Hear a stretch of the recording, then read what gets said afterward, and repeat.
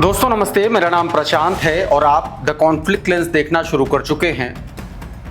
दोस्तों, ईरान लगातार straight of Hormuz में अपनी पकड़, अपना जो शिकंजा है उसने और ज़्यादा कसना शुरू कर दिया है। एक बयान आया बीते दिन बाघेर घालीबाफ का, जो ईरानी पार्लियामेंट के स्पीकर हैं और बड़े ईरान के बड़े हार्डलाइनर नेता माने जाते हैं, और इस वक्त जो खबरें आ रही हैं उसमें मुस्तफा अली खामेनी के बेहद करीबियों में से एक माने जाते हैं। उनका एक बयान आया और उस बयान के बाद से ये समझ में आने लगा कि ईरान जो है वो आने वाले 1-1.5 महीने में कुछ ऐसा कर सकता है आगे से जो शायद अमेरिका और इजराइल को जिसका भनक तक नहीं लगेगी। मैं ये बात क्यों कह रहा हूँ, कुछ इशारा आया है, अभी मैं उस खबर पर आऊंगा। लेकिन आज के इस वीडियो की जो शुरुआत मैं करने जा रहा हूं वो है जेरेड कुशनर। दोस्तों, कुशनर जो है वो 4 घंटे तक उसकी मीटिंग चली है बेंजामिन नेतन्याहू के साथ, और आप कह लीजिए कि आसान भाषा में, देसी भाषा में, कि बेंजामिन नेतन्याहू ने उसको बेइज्जत करके भगाया है। और अब अपनी इज्जत बचाने के लिए वो सामने आकर के कह रहा है कि पहले हमास को डिसआर्म होना पड़ेगा। मतलब गजा का जो अमेरिका का जो पीस प्लान है वो किनारे हो चुका है, और अब कुशनर जो है वो नेतन्याहू की भाषा बोल रहा है। आखिर ऐसा क्या हुआ उस 4 घंटे की बैठक में, और क्यों हमास के ऊपर अब कह रहा है कि या तो डिसआर्म हो या तो फिर लड़ाई लड़ो। और ये फैसला बेंजामिन नेतन्याहू ने क्यों किया, इसके पीछे भी एक बड़ी कहानी है। उधर डोनाल्ड ट्रंप के को लेकर के एक रेटिंग आई है, फिर से रेटिंग आई, अप्रूवल रेटिंग। उसमें डोनाल्ड ट्रंप को एक बहुत बड़ा झटका लगा है। रॉयटर्स के हवाले से खबर है, अभी उस खबर के बारे में भी मैं आपको जानकारी दूंगा। इधर ईरान ने स्ट्रेट ऑफ हॉर्मुज में 5 जहाजों पर कब्जा कर लिया।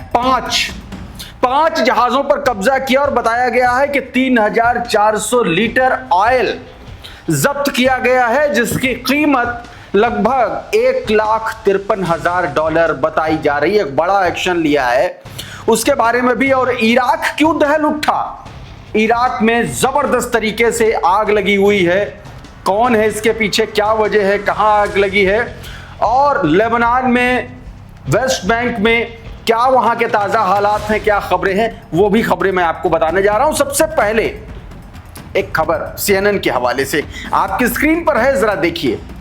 ये 4 घंटे तक बैठक चली, ये बताया गया, और 4 घंटे तक चली इस बैठक में कहा गया कि Kushner spent over 4 hours pressing Netanyahu to advance terms Gaza ceasefire plan. Netanyahu resist citing October election and the insisting Hamas fully disarm before any Israeli withdrawal।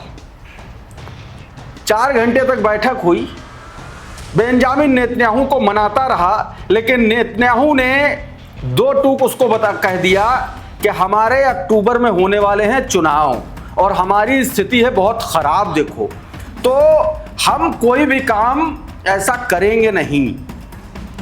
और यह भी कह दिया कि आपको अक्टूबर में जो इलेक्शन है उससे पहले पहले हमास को डिसआर्म होना पड़ेगा। ये इस खबर की बात है।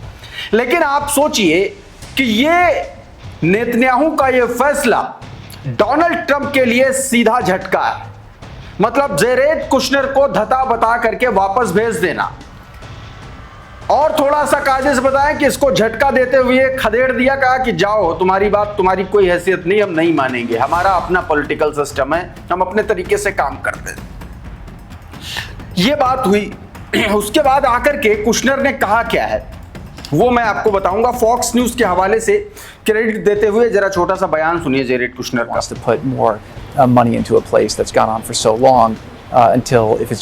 तो ये जेरेड कुशनर का बयान है। अब जरा इस ट्वीट को देखिए। बताया गया कि इजराइल को अमेरिका ने एक तरीके से खुली छूट दे दी है, यह बात कहने की कोशिश की। कुशनर ने 60 से 90 दिन का अल्टीमेटम हमास को दिया है, और हमास ने अगर हथियार नहीं छोड़े तो एक तरीके से एक बार फिर से हमलों की चेतावनी के तौर पर इसे देखा जा रहा है। बात बहुत सीधी सी है कि एक बार फिर से हमास और IDF में जंग के आसार नजर आने लगे हैं। और ये सब कुछ चूंकि अगस्त बीत गया है, लगभग आधा अगस्त बीत गया है, सितंबर के बाद अक्टूबर में चुनाव होंगे और 90 दिन 60 दिन से 90 दिन का वक्त दिया है। मतलब चुनाव खत्म होते ही बेंजामिन नेतन्याहू फिर से गजा में हमले शुरू करेगा। यह बात इसकी तस्दीक करती है दोस्तों।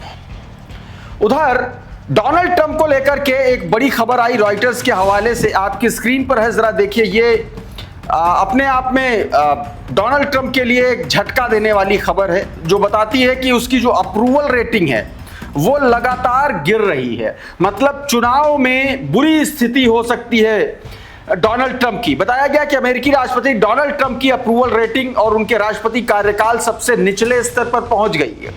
सोमवार को समाप्त हुए रॉयटर्स आइप्सोस पोल के मुताबिक बड़ी संख्या में अमेरिकी नागरिकों को इस बात की चिंता है कि ईरान के साथ अमेरिका का युद्ध लंबे समय तक चल सकता है और ईरान का और अमेरिका के बीच की ये जो जंग है, जो उड़ता तीर स्वयं डोनाल्ड ट्रंप ने लिया है इजराइल के चक्कर में। इजराइल किनारे हो गया, डोनाल्ड ट्रंप आकर के दोस्तों सीधे तौर पर आ बैल मुझे मार वाली स्थिति में है। और हालात ये है कि अब उसकी अप्रूवल रेटिंग बता रहे हैं कि 33% पहुंच गई। मतलब 64% लोगों ने ट्रंप के प्रदर्शन को बेहद घटिया, निराशाजनक बताया और उसको सीधे तौर पर डिनाई कर दिया, अस्वीकार कर दिया। यानी अप्रूवल रेटिंग 33% और डिसअप्रूवल रेटिंग जो है 64%। इस तरीके की स्थितियां डोनाल्ड ट्रंप को लेकर के बनी हुई हैं। ऐसे में बेंजामिन नेतन्याहू का ट्रंप का जो गजा को लेकर के पीस प्लान है उस पर दो टूक मना कर देना, ये समझ लीजिए कि ये आग में घी डालने जैसा है। मतलब डोनाल्ड ट्रंप की हार में एक और बड़ा और अहम रोल प्ले करने वाला है। इधर बराक ओबामा जो पूर्व राष्ट्रपति रहे हैं, उन्होंने डोनाल्ड ट्रंप को लेकर के एक बयान दिया है। इन्फोग्राम का एक ट्वीट देखिए, इसमें बताया गया है कि ओबामा से जब पत्रकारों ने पूछा कि डोनाल्ड ट्रंप ईरान को लेकर के इस तरीके के बयान दे रहे हैं कि ईरान खत्म हो गया है, IRGC खत्म हो गई है, उसका इंफ्रास्ट्रक्चर तबाह हो गया है, तो बराक ओबामा क्या कह रहे हैं। देखिए, बराक ओबामा ने कहा कि ट्रंप जो है फेक न्यूज फैलाते हैं।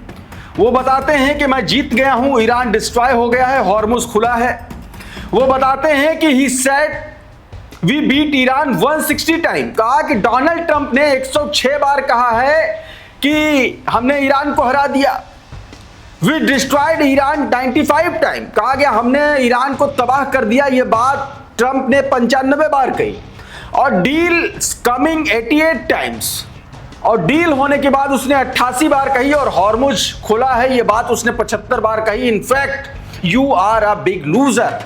सीधे तौर पर डोनाल्ड ट्रंप के लिए सबसे बड़ा लूजर करार दे दिया है बराक ओबामा ने। उधर ईरान की तरफ से एक और खबर आई दोस्तों। यह खबर अमेरिका और इजराइल दोनों के लिए सबसे बड़ी खबर है इस वक्त। खबर यह है कि 60 दिनों का वक्त, 4 हफ्ते का वक्त या 60 दिनों का वक्त ईरान जो है अमेरिका को और दे रहा है। मतलब मामला उल्टा पड़ गया। अभी तक ट्रंप वक्त देता रहा, अब ईरान जो है वक्त दे रहा है। मैं ये बात क्यों कह रहा हूं, क्योंकि जब से नए कमांडर्स नियुक्त किए गए हैं, नई टीम बनी है, IRGC की नई जिम्मेदारियां आई हैं, तब से अचानक से IRGC का जो तरीका है वो सब कुछ बदला बदला नजर आ रहा है। हर तीसरा IRGC का अधिकारी और कमांडर जो है वो ये बात कह रहा है कि now we are going to offensive not defensive. और ये उसी लाइन पर यह बयान है। कहा गया कि ईरान ने अमेरिका को समझौता ज्ञापन पूरी तरीके से लागू करने, गंभीर कूटनीति पर लौटने और अमेरिकी नौसैनिक नाकेबंदी के लिए कई हफ्तों का समय दिया है। कुछ खबरें बता रही हैं कि 4 से 6 हफ्ते का समय, कुछ खबरें बता रही कि 2 हफ्तों से 4 हफ्ते का समय, अलग अलग है। तो कई हफ्तों की बात मान लेते हैं। ईरान ने साफ कर दिया कि वो अनिश्चित काल तक अमेरिकी जो नौसैनिक नाकेबंदी है उसको स्वीकार नहीं करेगा। और अगर कूटनीति विफल होती है तो तेहरान जो है स्टेट ऑफ हॉर्मुज और पूरे क्षेत्र में तनाव एस्केलेट करेगा, आगे बढ़ाएगा, मतलब हमला करेगा, पहले प्रीएम्प्टिव स्ट्राइक कर सकता है। बताया जा रहा है कि यह डेडलाइन मध्यस्थों के जरिए अमेरिका और क्षेत्रीय सरकारों तक पहुंचाई जाएगी। युद्ध के बाद ईरान ने अपनी रणनीति को रक्षात्मक पूरी तरीके से आक्रामक रुख में बदल दिया है। मतलब साफ है कि ईरान अब दबाव में पीछे नहीं हटेगा, बजाय इसके कि अब वो अमेरिका पर दबाव बना रहा है। ये बात आई निकल के सामने दोस्तों।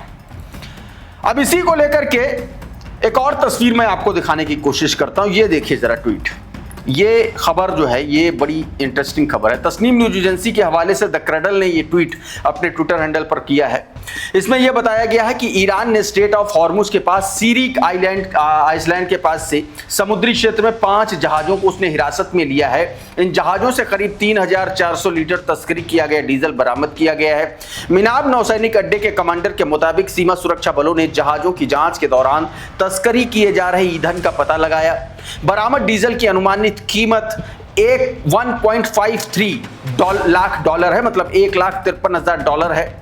ऑपरेशन में 5 संदिग्धों को गिरफ्तार किया गया है। उनके खिलाफ मामले दर्ज करने के बाद उन्हें कानूनी कार्रवाई के लिए न्यायिक अधिकारियों को सौंप दिया है। ये बात दोस्तों इसमें निकल के सामने आई है। उधर ईरान और ओमान के बीच में जो वार्ता चल रही थी स्ट्रेट ऑफ हॉर्मुज को लेकर के, एक कॉमन पैसेज बनाने को लेकर के, खबर यह है ईरान की तरफ से कि लगभग उस पर सहमति बन चुकी है। अब सिर्फ बात जो हो रही है वो एक तरीके से ज्वाइंट स्टेटमेंट को लेकर के बातचीत चल रही है। ये प्रेस टीवी का ये ट्वीट देखिए, इसमें बताया गया कि ईरान ने कहा है कि उसने ओमान के साथ स्ट्रेट ऑफ हॉर्मुज के सुरक्षित ट्रांजिट, सेफ ट्रांजिट के लिए एक समझौता कर लिया है। दोनों देश फिलहाल इस व्यवस्था के अंतिम विवरण पर बातचीत कर रहे हैं। इसके बाद ईरान और ओमान की ओर से संयुक्त बयान यानी कि ज्वाइंट स्टेटमेंट जारी किए जाने की उम्मीद है। उधर इराक एक बार फिर से दहल उठा। ये वीडियो देखिए जरा, ये तस्वीर देखिए, ये तस्वीर जबरदस्त आग लगी है। बताया जा रहा है कि एक के बाद एक कई जो है ऑयल जो टैंकर हैं उनमें आग लगी है और पूरा का पूरा डिपो जो है वो तबाह हो गया है। मारियो नौफाल का ट्वीट देखिए, बताया गया कि इराक के सुलेमानिया में रात के दौरान एक बड़े ईंधन डिपो में भीषण विस्फोट के बाद आग लग गई। आग तेजी से फैलते हुए कम से कम 34 ईंधन टैंकरों तक पहुंच गई। हादसे में 30 लाख लीटर से ज्यादा पेट्रोल और डीजल जल करके नष्ट हो गया। आग पर आखिरकार काबू पा लिया गया, लेकिन इस घटना में 18 से ज्यादा लोग घायल हुए हैं। फिलहाल आग लगने के कारणों की जांच की जा रही है और अधिकारियों ने घटना के पीछे की वजह को लेकर के अभी कोई अंतिम निष्कर्ष नहीं निकाला है। मैंने आपको आज सुबह के वीडियो में एक खबर बताई थी, एक वीडियो दिखाया था जिसमें सुलेमानिया इलाके में ही ईरान ने एक अटैक किया था और ड्रोन अटैक था, ऐसा दावा किया गया था। वो वीडियो भी मैंने आपको दिखाया था। और आज ही उसी इलाके में ये भी बताया जा रहा है कि विस्फोट के बाद आग लगी। हालांकि वही बात है कि अभी तक इसको लेकर के कोई पुष्टि नहीं हुई है। अब मैं आपको एक वीडियो ये देखिए, ये तस्वीर देखिए, ये फ़लस्तीन की तस्वीर है, जेरूशलम की तस्वीर है, ऑक्युपाइड जेरूशलम की तस्वीर, जहाँ पर कुछ लोगों को हिरासत में लिया गया। बताया गया कि अबू दिस में फ़लस्तीनी को हिरासत में लेने का दावा किया गया है। कब्जे वाले पूर्वी जेरूशलम में के अबू दिस कस्बे में एक गैस स्टेशन से इजरायली बलों द्वारा एक फ़लस्तीनी व्यक्ति को कथित तौर पर हिरासत लिए जाने की खबर सामने आई है। रिपोर्ट के अनुसार गैस स्टेशन पर यह कार्रवाई की गई है और घटना से जुड़ी हिरासत की वजह और व्यक्ति की पहचान अभी उपलब्ध नहीं है, लेकिन देखिए आप इस वीडियो में देख सकते हैं कि उसको हिरासत में लिया गया है। उधर लगातार दोस्तों लेबनान में इजराइल जो है वो हमले कर रहा है। ये तस्वीर देखिए आपकी स्क्रीन पर, बताया जा रहा है कि दक्षिणी लेबनान के अल मंसूरी और देर सिरियान में के अलग अलग इलाकों में इजरायली हवाई हमले किए गए हैं, निशाना बनाया गया है। और इसमें ये उसी से जुड़ी तस्वीरें हैं। आप देख सकते हैं कि यहाँ पर आग लगने की तस्वीरें कई जगहों पर आपको नजर आ रही होंगी। एक के बाद एक कई जगहों पर अटैक किया है। एक और तस्वीर देखिए, ये मंसूरी इलाके की तस्वीरें हैं, लेकिन अब इसको लेकर के एक खबर ये है कि वाटर रिजर्वायर पर अटैक किया है। ये ट्वीट देखिए, कहा गया है रिपोर्ट के अनुसार दक्षिणी लेबनान के मंसूरी में इजरायली बलों ने कस्बे को पानी उपलब्ध कराने वाले सार्वजनिक वाटर रिजर्वायर पर विस्फोट करके नष्ट कर दिया गया है। ये जलाशय स्थानीय आबादी के लिए पानी की आपूर्ति का एक महत्वपूर्ण सोर्स बताया जा रहा था और उसको जो है पूरी तरीके से तबाह कर दिया है। ये खबर निकल के सामने आई है। सुबह से लेकर के दोपहर तक जो लेबनान में घटनाएं हुई हैं, जो लेबनान में इजराइल ने अटैक किए हैं, उससे जुड़ी एक तस्वीर और देख लीजिए। ये अलग अलग समय में जो बताया गया, कहा गया कि देर सिरियान और मंसूरी के बाहरी इलाकों पर एयर स्ट्राइक हुई है। दोहा, कफर रोमान और अली अल ताहिर, अल दबशा और सबरीन में तोपों से गोलाबारी और हद्दाथा में विस्फोटों की सूचना मिली है। इसके अलावा 9:15 बजे के आसपास मंसूरी पर तोपखाने से गोलाबारी और एक मरकावा टैंक ने भी गोला दागा और मशीन गन से फायरिंग की गई है। 9:19 के आसपास मंसूरी में फिर से तोपों से गोलाबारी और मशीन गन फायरिंग हुई है। इसके अलावा 9:30 बजे के आसपास शेबा बाहरी इलाके में बिरकत अल नक्कर के पास इजरायली बुलडोजर्स द्वारा जमीन समतल करने और खुदाई की कार्रवाई 2 मरकावा टैंक की सुरक्षा में की गई है। इस तरीके से एक के बाद एक कई हमलों की पूरी ये लिस्ट जो है ये क्रेडल ने अपने ट्विटर हैंडल से शेयर करते हुए इसको लेकर के जानकारी दी है और कुछ वीडियोस भी हैं। एक ये वीडियो देखिए जरा, ये मरकावा टैंक की तरफ से देखिए, आप साफ तौर पर देख सकते हैं, बताया जा रहा है कि उसके द्वारा दागा गया ये गोला है। तो दोस्तों अभी के इस वीडियो में बहरहाल इतना ही। बहुत बहुत शुक्रिया, बहुत बहुत धन्यवाद। आप जुड़े रहिए आपके अपने channel the conflict lens TCL के साथ। नमस्कार।